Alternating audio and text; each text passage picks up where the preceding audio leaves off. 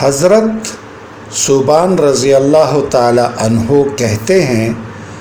کہ نبی اکرم صلی اللہ علیہ وآلہ وسلم نے فرمایا، میں اپنی امت میں سے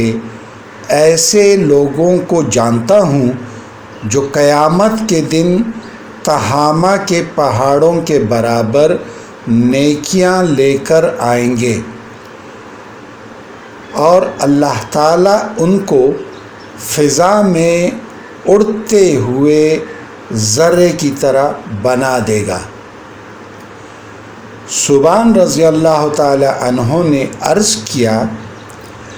اللہ کے رسول صلی اللہ علیہ وآلہ وسلم، ان لوگوں کا حال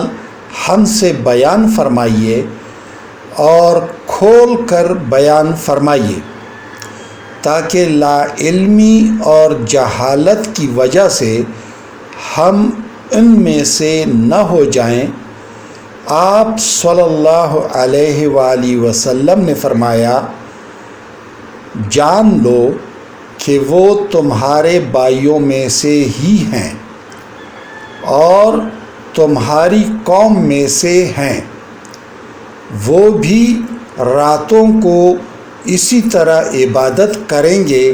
جیسے تم عبادت کرتے ہو، لیکن وہ ایسے لوگ ہیں